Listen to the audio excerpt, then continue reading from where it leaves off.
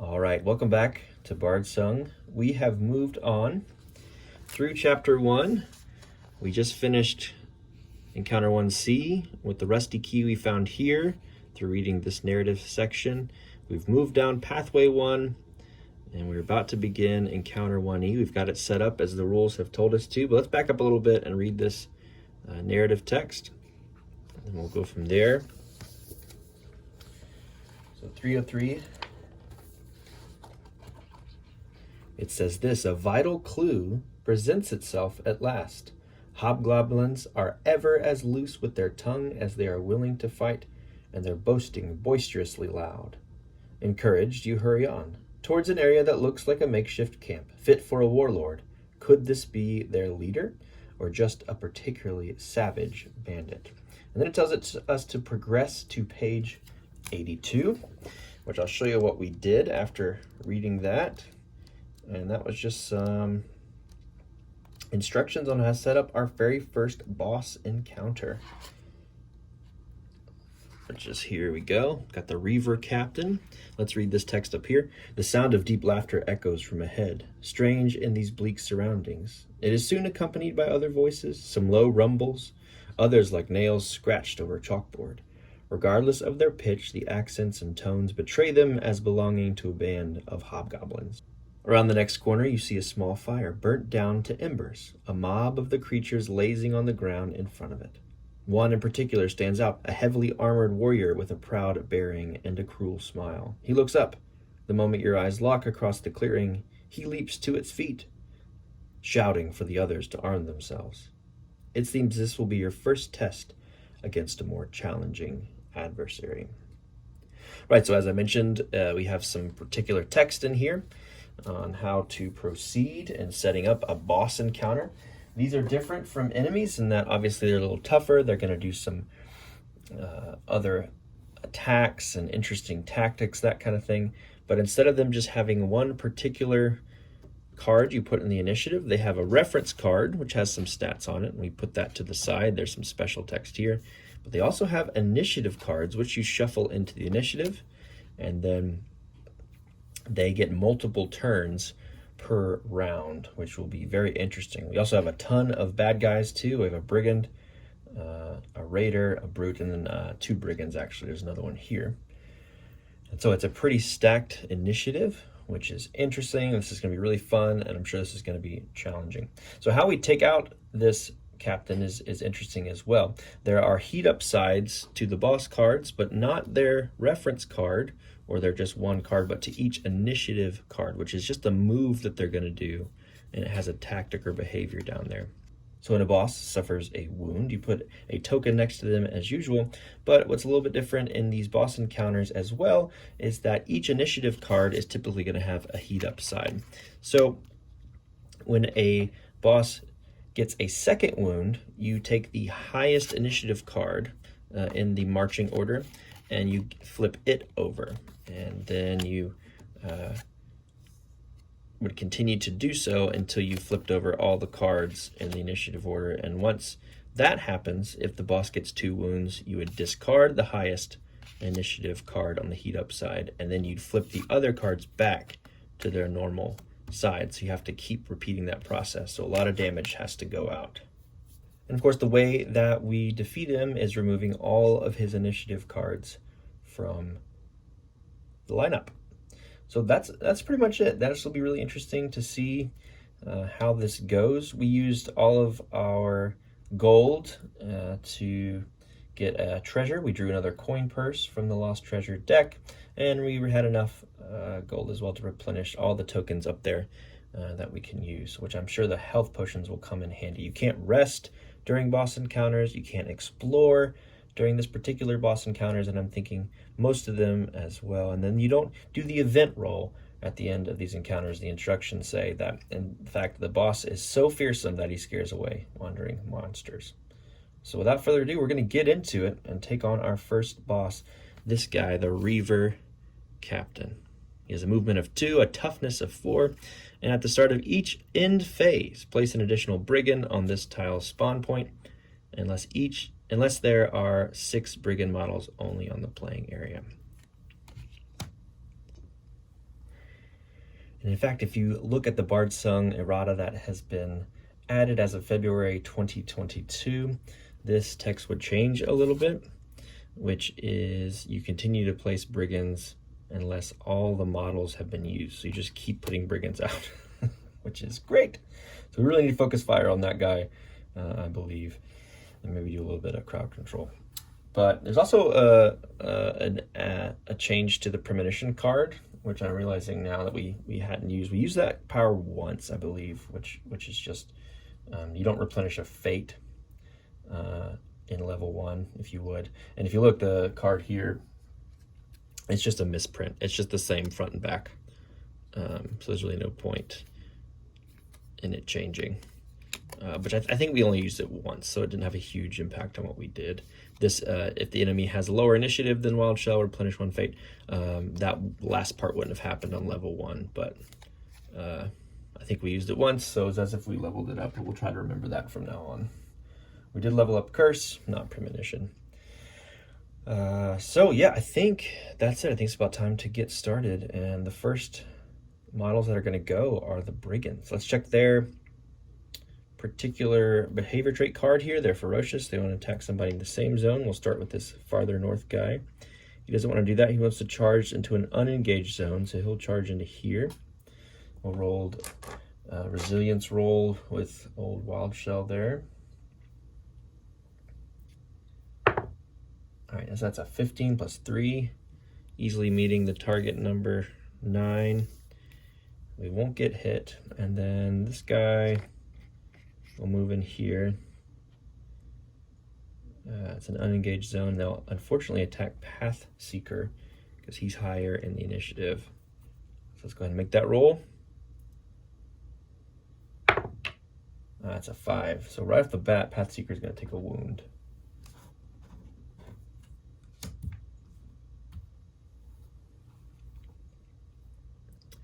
And that'll be it for the Brigands. We'll turn their card, and Path Seeker gets to go. So let's go ahead and just attack. I think we'll do Lure Shot, which will cost us a fate. Yeah, so we'll do that. We'll take an attack roll at the Reaver Captain. So let's do that.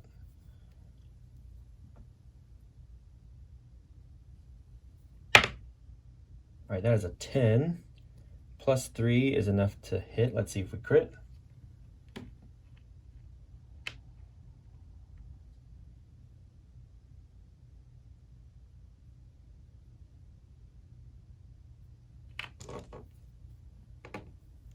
Toughness is 4.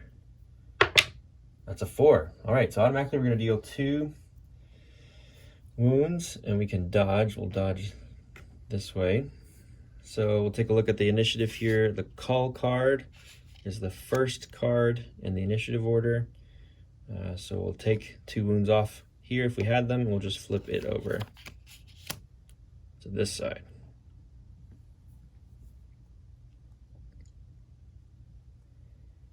And that'll be it for Path Seeker's first action. Let's figure out what else we want to do.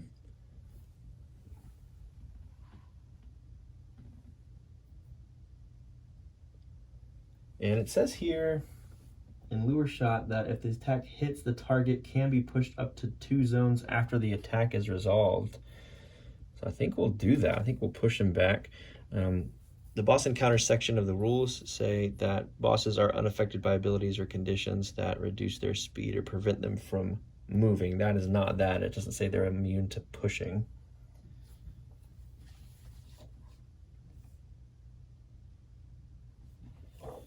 So yeah, we'll get him a little bit farther away from us.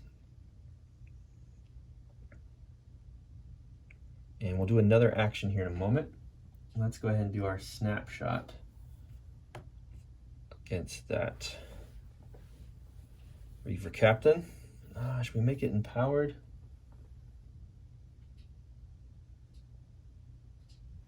We could, this would be a good, you know what, this would actually be a good, no, I think, yeah, I was gonna say this would be a good time to put down caltrops because stuff's gonna be coming at us. but I feel like we're more likely to deal wounds. Yeah, we're more likely to deal wounds just by rolling an attack. So I think we're going to do that first. All right, so here we go. Let's empower it.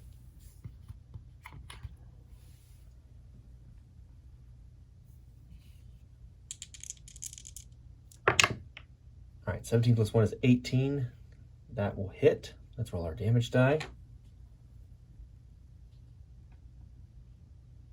D6. A 5, another crit. So we're going to flip over the 2 initiative cards right off the bat. And we can dodge again. But I don't think we want to do that.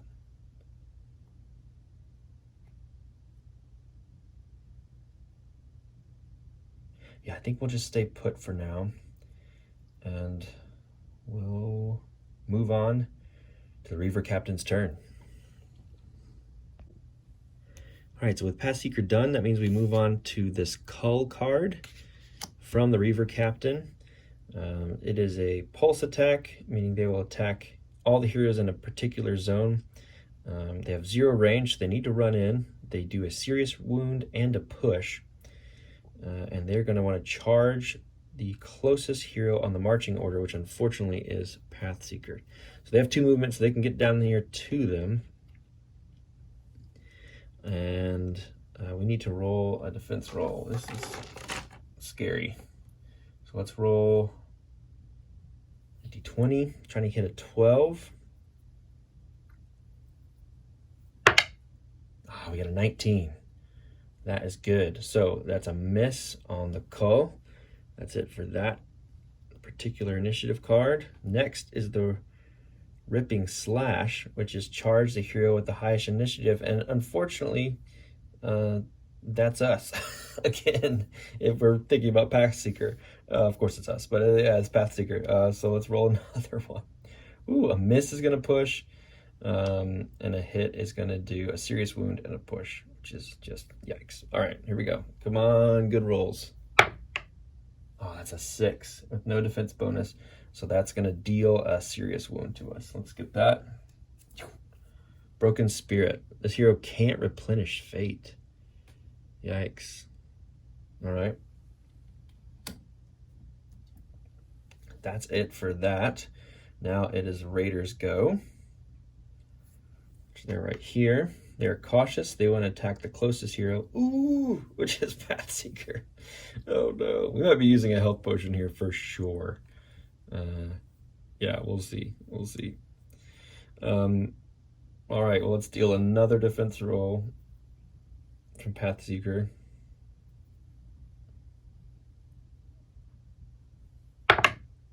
A 2. Man, I think we're going to get hit again. Yeah, that's what we can do. Goodness. Okay, it's looking pretty dicey. All right, that's it for their go. Next up is a Brute. This enemy and other Hobgoblin enemies in the same zone can't suffer more than 1 wound. That's right, and they're disciplined. Okay, so let's look at the disciplined card. They want to attack a hero in the same zone. Can't do that. So move down. They want to charge a hero in an unengaged zone. There are none, so charge a hero in an engaged zone. The closest one and highest initiative is Wild Shell, so I think they'll come in here with their 2 movement and make an attack against them. So let's roll a defense roll for Wild Shell. It's a 12 plus 3, it's 15. Yeah, that's a miss. So we're good there. Brute's done. Now it's time to do a little crowd control. And unfortunately, we're going to put just more brigands out as we go. So we want to just keep attacking the Reaver Captain with Path Seeker and then do crowd control with the other 2. I'm guessing. That's my strategy right now. So Wild Shell needs to put out some ghost tokens. They could put up to 5.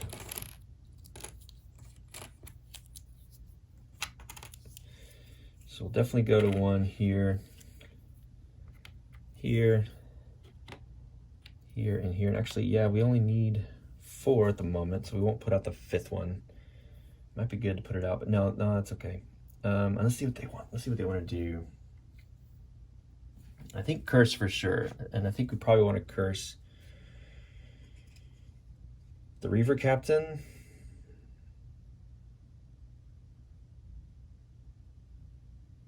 And then maybe the Brute. I'm just reading curse to make sure I remember what it does. Here it can discard a ghost token from the same zone as the target to empower the attack or damage roll. If this attack hits an enemy, they suffer either weakened or bane. It'd be really great to weaken the Reaver Captain. Let's do that. Yeah, we'll curse the Reaver Captain. Let's make an attack roll at +2. All right, an unnatural 20, which is good. We'll go ahead and weaken them. And let's do a damage roll. And we auto crit on a 4 because of the ghost token there, due to ghost lights. That's a 3. And let's curse again. We'll try to hit the Brute. Here we go. Oh, we get to replenish a fate too because of Soul Seer. All right, here we go. Brute. All right. Same roll, an 18. That's good. We'll weaken them as well. And get that other fate back. Whew, that's good. Okay, I feel better already, but my goodness, we took a beating in that first round. So let's see what Forge Warden wants to do.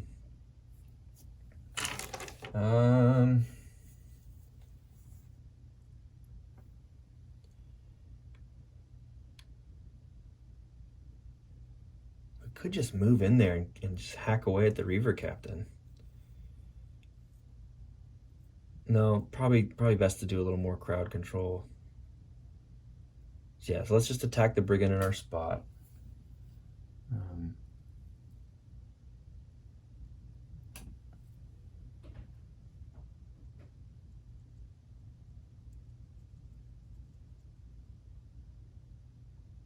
Yeah, we'll do that.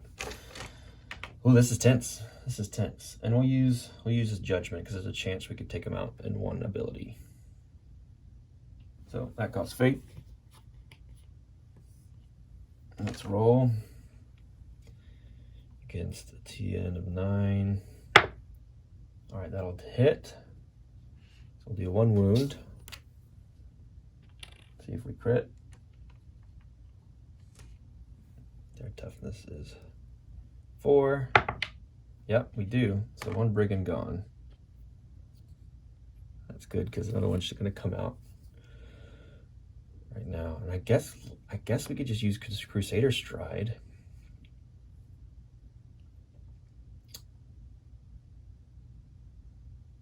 Because we can move into there and go ahead and attack the Reaver Captain. Let's do it. Crusader Stride. Cost another fate. And let's attack.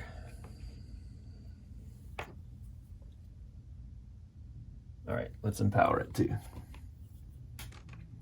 Going for broke here. Ooh, a 4 and a 4 is an 8 plus our 3 charisma. It's 11. That's not enough. Not enough. Oh man, that's unfortunate. Yeah, it's interesting because his TN is still 11, but his heat up side still say 12. Yes, I'm guessing that's not a hit. Interesting. Interesting that his card doesn't change. It's a 12. I'm sure of it. Okay, well that stinks there, but that's okay. We have another round to go. We've already got both cards on the heat up side. We'll spawn a Brigand here on the spawn point and reshuffle our initiative order.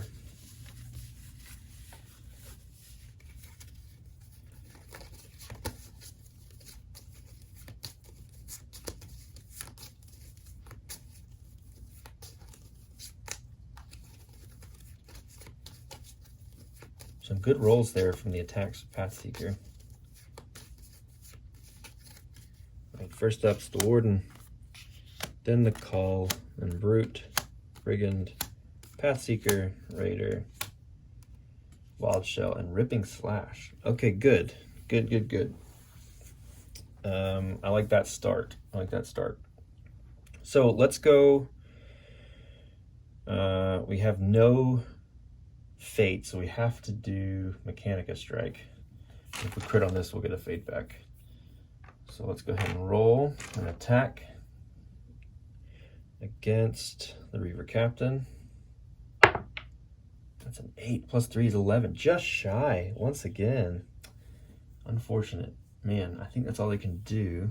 So we don't have any fate to spend, which stinks. But that's okay. The marching order is going to allow Pathseeker to get a bit of a break this time. So the Cull card allows the Reaver Captain to have the behavior trait of charging the closest hero on the marching order, which in this case is the Forge Warden. So let's roll defense, which is at +3. All right, and that's 18. So that should be plenty to dodge the Cull. That's it for that card. Now the Brute's going to go, and he wants to attack a hero in the same zone, so he'll attack Wild Shell. Same roll, +3 resilience. And that is a 1. So that is definitely going to hit. Got some fate back, though. That is good. So on a hit, he wants to deal a wound and a push. Oh, but that, you know what? Look, we weaken them. Let's roll that again. That's good. That's 11. So, in fact, we will not get a hit in on us. That's great. Good. That's all they're going to do. Now it's our Brigands goes. We'll do the top Brigand up here. With Ferocious, he'll attack it here in the same zone. So Wild Shell makes another resilience roll here. That's an 8 plus 3 is 11, so that's a miss. This particular guy wants to attack here in the same zone as well. Forge Warden's higher on the initiative. This Pathseeker is down here, and this is actually, you can't really see it, it's 5th though. So +3 resilience. Ooh, that's a 2. So that's gonna be a 5. We're not meeting the target number, so Forge Warden's gonna get their first wound. Okay.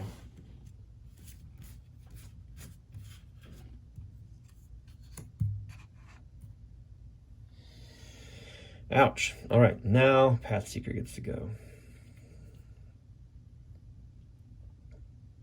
And that Cull roll actually should have been at disadvantage too, but that's okay because we made it. I'm sorry, at advantage. He didn't. I always do that. I want him to attack at disadvantage instead of us rolling defense at advantage. But yeah, the weekend is no longer there. Good. Pathseeker.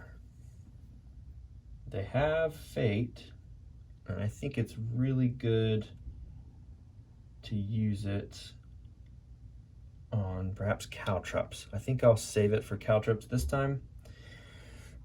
And we'll do a snapshot, hoping we can crit because we can dodge.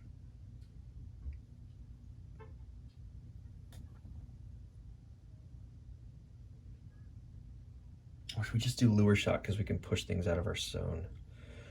Yeah, let's spend it and we'll do Lure Shot. All right, here we go.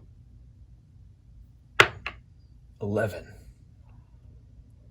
plus a 3 is 14, so we're gonna hit. That's good, and we still get to dodge on the hit of Lure Shot, which is great. So that is a good card. I like that one a whole lot. All right, and then let's see if we crit.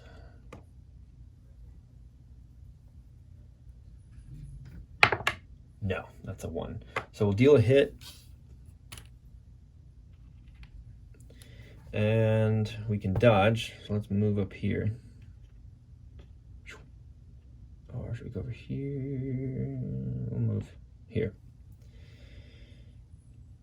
And let's do this. Let's actually use our second ability. Well, they could be pushed up to 2 zones away. Ooh, that's interesting. Because of Lure Shot.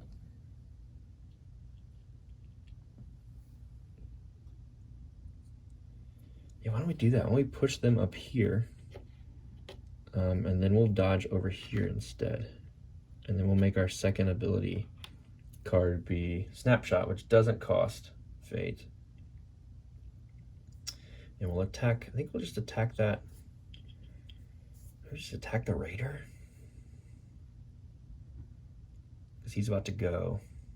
And we can replenish 2 Fate if we take him out. Let's try that. Let's thin the herd a bit. And yeah, I think we do that. All right, a Snapshot against the Raider in our own spot at advantage because they're physically vulnerable. So here we go. All right, an 18 plus 3 is a 21. That's going to hit for sure. And let's see if we crit. Their toughness is 4. Come on. Yes. All right, awesome. So Raider's gone. We remove that card from the initiative, the marching order. We get a gold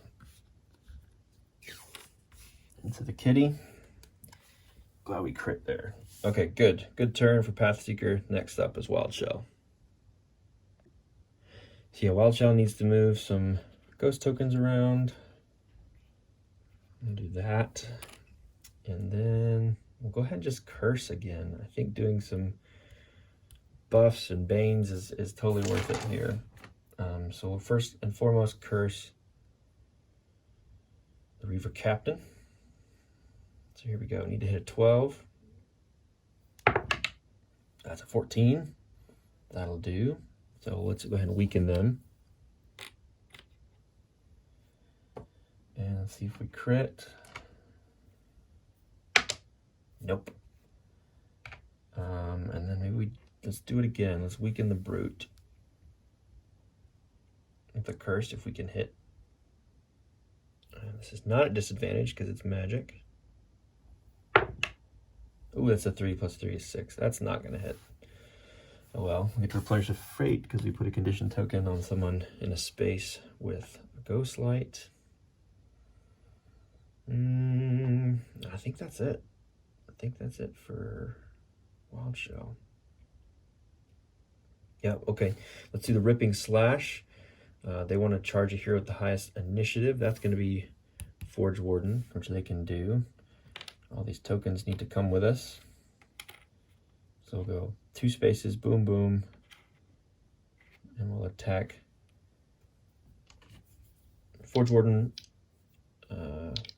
And we'll get an advantage on our defense roll because of the weakened token.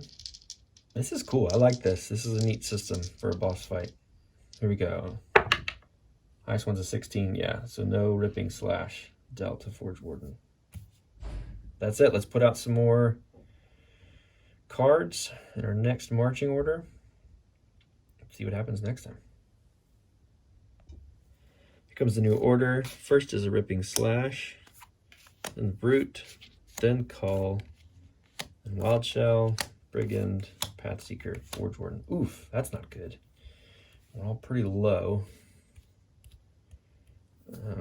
Yeah, so first up is going to be that Ripping Slash again, which is to charge the hero with the highest initiative. This time it's Wild Shell, though, which is a bit of a break. So we'll go 1-2 movement up here to Wild Shell zone. And this is interesting because I think they now get the bonus of the Brute card. This enemy and other goblin enemies in the zone can't suffer more than 1 wound from a single attack. But it doesn't actually say they're a goblin, but I mean they are. They clearly are.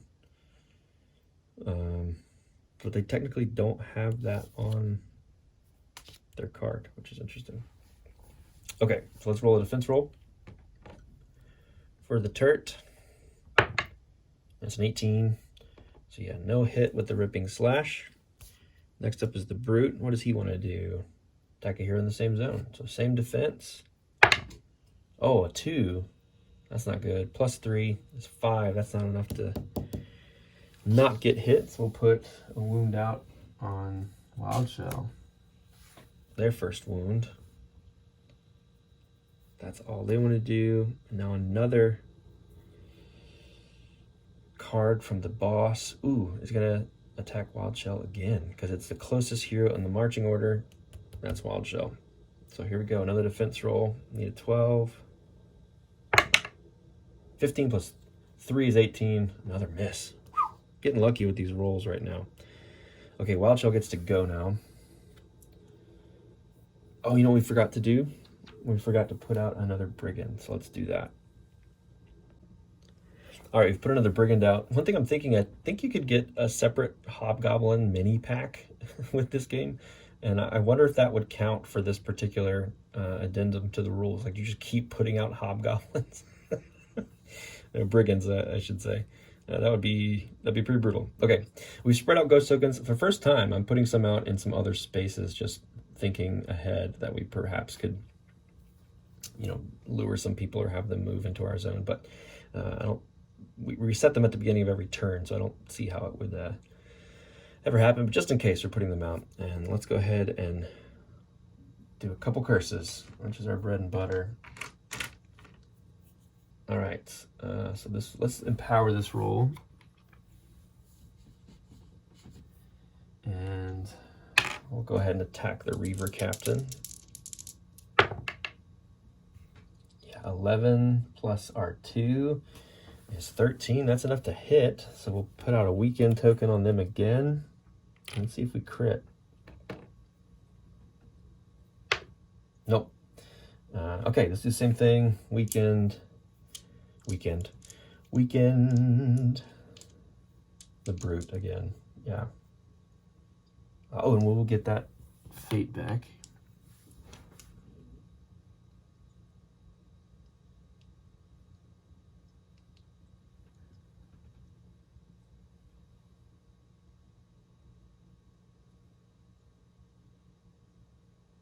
All right, let's do this. Let's roll the hit. Ah, it's a 1. Darn. Okay, so following that, the Brigands are going to go. And we have got 1, 2, 3 of them on the map now. And so we'll start with this one. It is ferocious, so it's going to attack a hero in the same zone. Let's make a defense roll with Wild Shell. All right, that's a 13 plus 3. That will miss. And these two will attack a hero in the same zone as well. They'll both go for Forge Warden. So this first guy misses. Next guy misses. 2 12s. Interesting. All right, that's it for their go. Meaning that Path Seeker will go next. And I think we'll take a couple of attacks. I think we'll go first for our boss here, for the Reaver Captain. And I believe, let's see, full fate. Yeah, so let's go ahead and do a lure shot. We'll spin 1 fate. First one is a 6. Okay, plus 3 is 9. So that's not going to do it. But we do have a gem slotted into our bow, so we can re-roll the first attack roll of each turn. So we're going to re-roll that. Hope it's better. It is. It's a 10 plus 3 is 13. That's going to be enough to hit, which is awesome. So let's go ahead and see if we crit.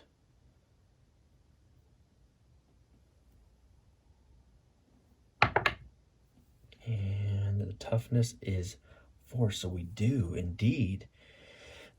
So we can push 2 spaces back. We'll do that.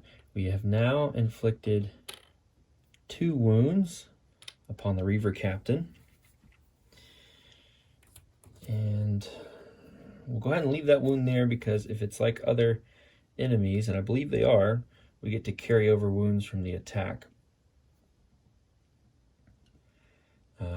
So we would have dealt 2 damage. 1 would complete 1 of these cards. So this is the highest initiative, heated up initiative card. So we're discarding 1, and then the other one will now flip over. Back to an 11. And that was enough to push it over, but we'll add the last damage that we dealt to that guy. Okay, so we did a lure shot there, so we're able to dodge on a critical, and actually on a hit. Let's do a snapshot now, and let's do a little bit of weeding out of what we have in front of us. We removed a card from the marching order, so I think we'd be able to replenish fate because of kill shot, but we do have the serious wound still, the broken spirit, and so I don't think we'll be able to do that. We forgot to roll an action roll at the beginning of our turn. We can try that next time. But for snapshot, let's go ahead. Let me go ahead and attack this brigand up here, and we'll make it an empowered roll. There we go. Oh no, that's a 1. Yeah, that's gonna miss. 1 and a 4. Yeah, so nothing happens there on the second action of the Pathseeker's turn. So that'll end it for them. Next up is Forge Warden. And I think we're gonna keep them focused on these brigands down here, and they will each take an attack. Let's go ahead and see what we want to do. Let me go ahead and attack with Judgment. I'll spend this here. And we'll attack, let's call this brigand up here. Hey, that's a natural 20. So that'll auto crit. And we'll automatically take out a brigand, which is nice. And we'd upgrade the damage die because of there's another person in that zone, but we auto crit, so it didn't really matter. So let's use another one of our actions here.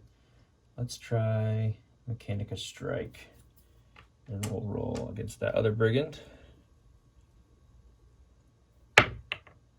All right, that is a 6 plus the 3 from our charisma, which is just enough to hit. We'll go ahead and see if we crit. If we do, we get to replenish a fate. No, that's a 2. But we will deal 1 wound to this brigand, and that'll end Forge Warden's turn. At the end of the turn, another brigand will come out to this spot. We're just keeping the Forge Warden occupied here. And we'll reshuffle initiative.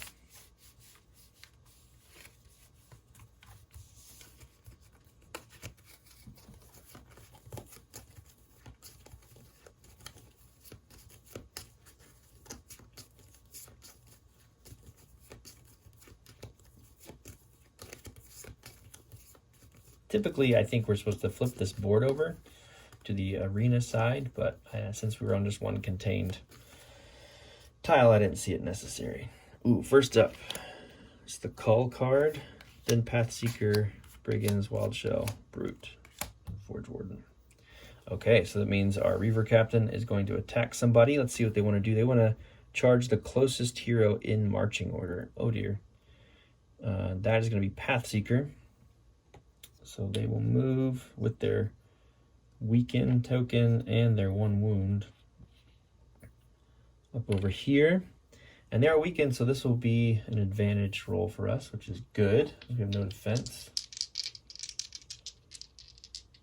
All right, that's cocked. We'll roll that. Again, oh, nat 20. Awesome. That was a 2, but it was leaning up against the side. So thank goodness. All right. Thank goodness for the askew die there. So that's a miss from the Reaver Captain. And now we get to go. We get to retaliate. So let's take 1 shot at the guy right in front of us and 1 shot at the wounded brigand. We'll try that.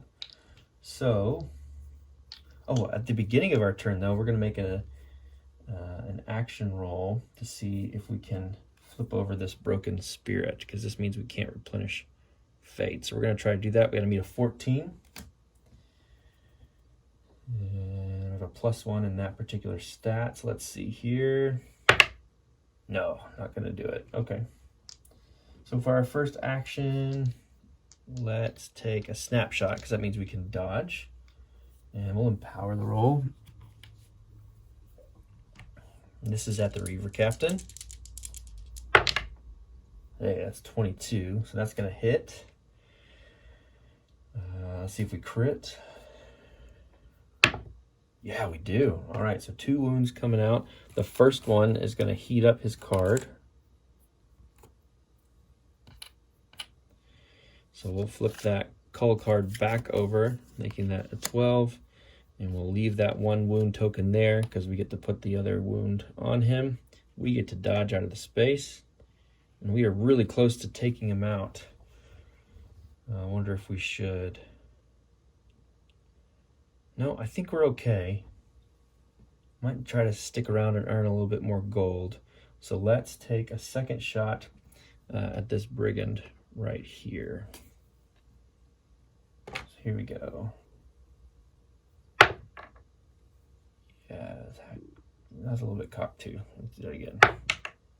Worse. 3 and 4 is 7. So that second shot, we'll call that lure. It's gonna miss, unfortunately. All right, that's our turn. Brigands are gonna go now.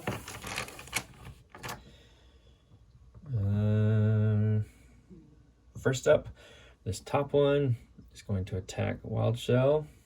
Let's make our resilience roll here. Okay, that's a miss. Next guy will attack Forge Warden. Uh-oh, Forge Warden might be taking another damage here. Yeah, 3 and 4 is 7. Didn't meet the TN, so we'll get a hit there. Next guy, same target. Ooh, off the table. We're off the roll mat here, but we'll count it because it was a 15. So that'll miss. All right, next up, Wild Shell. Take up some tokens. Put this guy here. I'll leave that one there. I think we'll try to weaken the boss again. So let's attack. All right, 8 plus 3 is 11, which is just shy of the heated up call. I almost empowered it. I should have. No, it's a 10. We don't have plus 3 with Wild Shell. We have plus 3 with the other 2 guys. Whoops. Might be good to upgrade that stat next time. I'll try to remember that.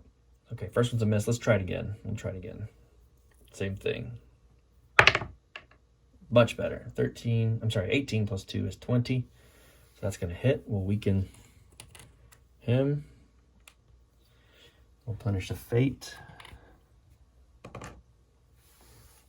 And that'll be it for Wild Shell. Now the Brute's going to go.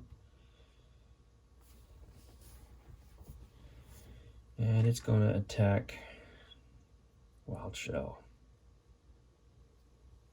Here's another defense roll. Ooh, that's not good. 3 plus 3 is 6. We're going to get another wound card. Oops. Let's bump the camera there. Whoops. Wild Shell's not looking good. That's not great. We might need to finish this here soon.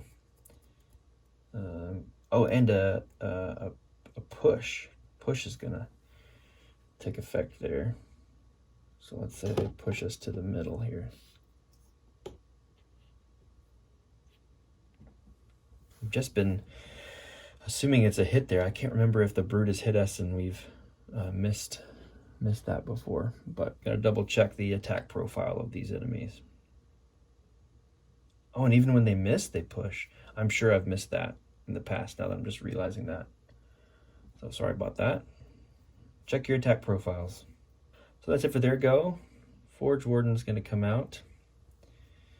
Swinging, let's attack this wounded brigand here with Judgment. All right, that'll hit. So we'll remove another brigand.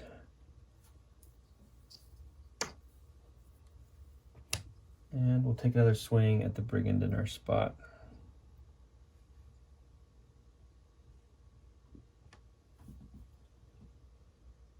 With Mechanica Strike. All right, that's a 5 plus 3 is 8. That's not going to be enough to hit there. So that's it for Forge Warden. Let's reshuffle.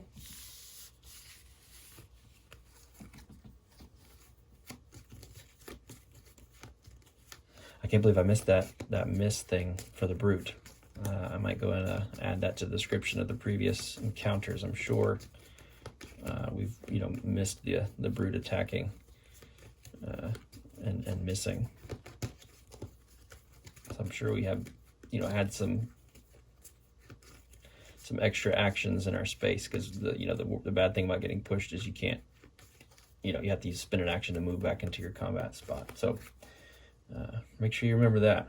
All right, first up, Path Seeker, Brute, Cull card, the Forge Warden, Wild Shell, and Brigand. All right, so things are looking a little bit dire. I think here we just take our 2 shots with Path Seeker, using our 2 abilities, Snapshot and Lure Shot. And we just try to end it. I think we try to deal 1 more wound to the Reaver Captain and end our first boss fight and first chapter. So here we go. We're first and foremost, we're going to see if we can't get rid of this Broken Spirit card by making a TN14 action roll. So here we go. No. It's a 12. Okay. We couldn't replenish fate now, but we're hoping to do that. But that's okay. And we do have 1 left, so let's go ahead and use Lure Shot first. Looking for a 12. Oh dear. We'll count it. 9 plus 3 is 12. So we'll deal 1 hit. See if we crit. No, but the 1 hit is going to be enough to deal 2 more wounds to the Reaver Captain. And here's our last initiative card that is on the heat up side, which we have to get rid of, meaning we have defeated him. He's gone down. Nice shot. Let's look up what we do next. Okay, so we're told to read passage 99 in the narrative section. So here it is. The Reaver lies dead, and you can turn your attention to the great iron doors once more. Their lock now undone, they creak open on aged hinges, permitting entrance at last. You set forth into the darkness, and soon the threshold is lost to the musty gloom behind. Your footsteps lead you through a series of eerie chambers until, eventually, your torch illuminates a set of stairs leading downwards. The promised secrets of the ancient forge await. Yet as you begin to descend, your ears detect the sound of something stirring within the darkness below. And we progress to chapter 4. So we skipped 2 and we skipped 3, which is interesting. Let's see what that's going to be.